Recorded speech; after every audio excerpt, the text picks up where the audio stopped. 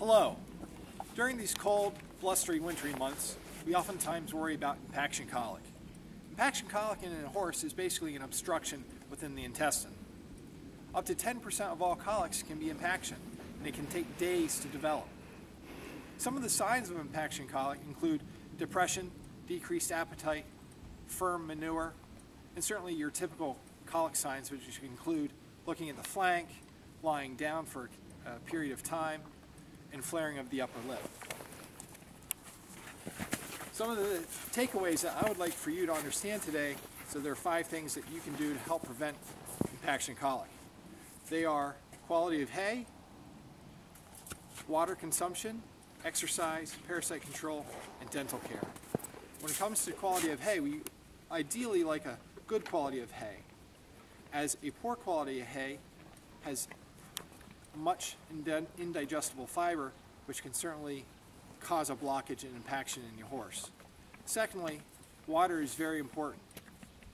Usually 10 to 12 gallons of water per 1,000 pounds of horse is consumed in a day or over a 24-hour period of time.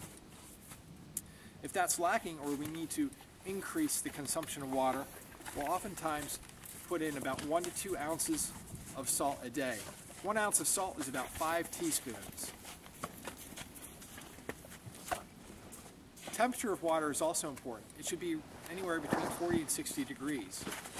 In some of your older horses, they become very sensitive in their teeth, and that water temperature becomes more important so that they drink well. Exercise is also important. These horses are out in a nice field today. They're able to walk around and certainly improve their intestinal function and movement. So that's also very important. Fourth, we talked about dental care. Dental care is important because if a horse cannot chew properly, then it could also create a blockage. And lastly, parasite control is important because if a horse has parasites, the intestine becomes inflamed and it can actually decrease blood supply, which certainly can cause a blockage in the intestine. So those are 5 things I want you to be aware of today. The more quickly you identify and have your veterinarian resolve the issue, the more success you will have with your horse.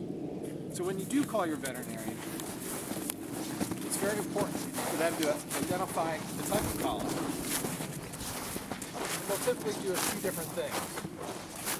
One, they might provide an analgesic like Banamine intravenously to help with some of the pain and inflammation. They also may provide Epsom salts as a laxative, and they will typically do that by the use of a nasogastric tube into the stomach. If they do that, they may provide some additional water and some mineral oil to help things move smoothly in the intestinal tract. I appreciate your time. Thank you for joining us. My name is Justin Sabota. Have a great day.